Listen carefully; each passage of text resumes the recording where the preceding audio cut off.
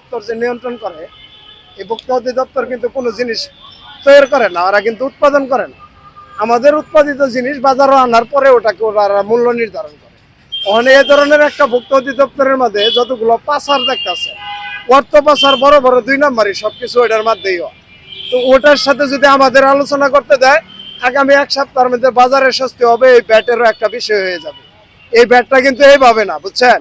এই যে উদুরপিণ্ড বিদুর গায়ে জড়ায় দেওয়া, আমি আর আগে বলছিলাম যে দেশটা এক মাপের হয়ে গেছে, 5 কেজির যে ওজন 1 কেজির একই ওজন। কিন্তু এই কথাটা আমি কেন বলছি না, এই কথাটা কিন্তু আপনার একটু বুঝতে হবে।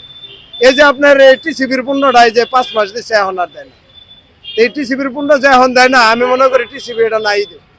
এই টিসিবিটা দেওয়ার আগে যদি ভোক্তা অধিদপ্তর আমাদের সাথে কথা বলে, তাহলে এই টিসিবির ভিতরে এই দ্রব্যমূল্য নিয়ন্ত্রণের ব্যবস্থা আছে। এই ভোক্তা অধিদপ্তর ধরেন যে বাজারে যাবো, ওই বাজারে জিনিসপাতির দাম কমে যাবে, কিন্তু ওনারা যখন চলে আসবে তখন দেখবেন যে আগের জায়গায় চলে যাবে। তাহলে এটাকে কি বলবেন? দেশবাসী আইন মানে না এটা বলবে? আমি বলবো যে এটা আইনের প্রয়োগ হন, এটা কোনো আইনের প্রয়োগ না। আপনি যাচ্ছেন, আপনার সাথে আইন, আপনি চলে আসছেন, আপনার সাথে আইন চলে আসছে, তাহলে আপনি কি আইন চালাবেন? এই ধরনের অধিদপ্তরের মধ্যে কি ধরনের নির্ধারণ করা হয়? আর এই যে দ্রব্যমূল্যের দাম যে বাড়ছে, ব্যাট বৃদ্ধি, এটা বাংলাদেশি কোনো জ্ঞানীর বুদ্ধি মনে করছেন? এটা হলো যারা সুবিধাবাদী তাদের বুদ্ধি। ওই যে IFM এর ঋণ ফেব্রুয়ারির 15 তারিখে, এই ঋণ যদি আপনারা আমার এভাবে কথাগুলো জাতির সামনে তুলে ধরেন, এই ঋণ দেওয়ার আগে আমার বিরাট মন্তব্য রয়েছে। IFM এর অবশ্যই আমাদের সাথে আলোচনা করতে হবে যে এই ঋণটা কি কাজে ব্যয় করার দিছিল। আমরা 54 বছর আমাদের কোনো কর্ম নাই, এবছর কতটি বয়স্ক মানুষ আগামী দিনে কাম করতে পারবে না, এটা কি রাষ্ট্র বলতে পারবে? এটা IFM বলতে পারবে? যারা শিক্ষিত নয় তারা বেকার, যারা শিক্ষা নেয় না এই যুবকেরা কি এটা IFM বলতে পারবে? IFM ওই যুক্তরাষ্ট্র মানবাধিকার আর সুদের ব্যবসার ফাঁদে পালাইলেও আমাদের, আমরা কি ওই ফাঁদটা মেনে নেব? এই IFM এর ঋণ কোন কাজে ব্যয় করা হয়েছে দেশবাসীর সামনে ক্লিয়ার করবে।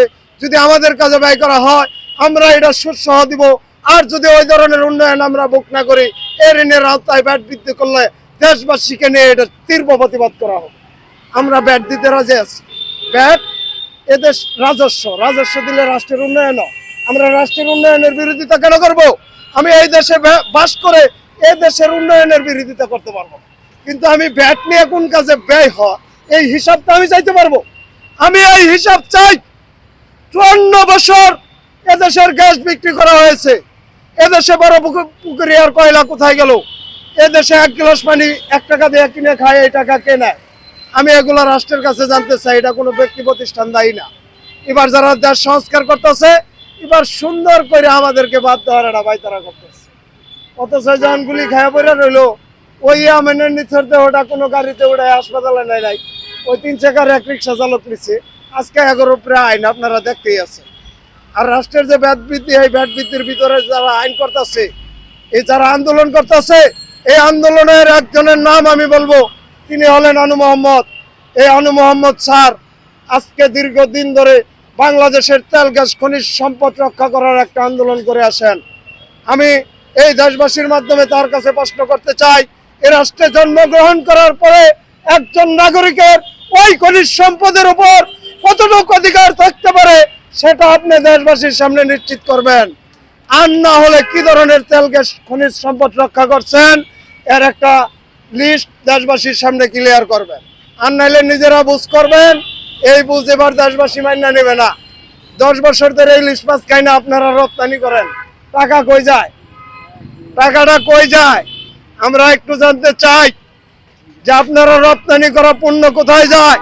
বিদেশ থেকে আমদানি করেন ঘাটতি দিয়া, দেশে উৎপাদন বৃদ্ধি কি কারণে করেন না? এটা দেশবাসীর সামনে ক্লিয়ার করতে হবে।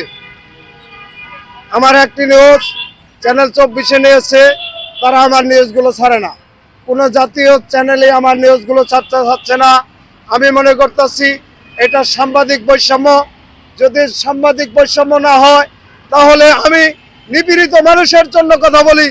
তারা ক্রাইম রিপোর্ট করার জন্য রাতের পর রাত পাহাড়ে থাকে, নদীতে থাকে, সাগরে থাকে, আর চোখের সামনে নিপীড়িত রিক্সা চালকদের রিপোর্ট নিয়ে তারা তান বাহানা করে। তারা আমাদের রিপোর্টগুলো নিয়ে করোনা করে, তারা ওই ল্যাপটপে বাজায় আমাদের কথাগুলো শুনে, কিন্তু জাতিরে শুনতে দেয় না। আপনাদের জন্য আমি দোয়া করি, আপনারা নির্বিঘ্নে এই নিপীড়িত রিক্সা চালকদের কথা জাতির সামনে তুলে ধরবেন। এর জন্য যদি জীবন দিতে হয়, আমার মতো হাজারো রিক্সা চালক প্রস্তুত আছে। তারা আপনারা জানেন যে রিক্সা চালকেরা কিন্তু শান্ত আবারও শৃঙ্খলা।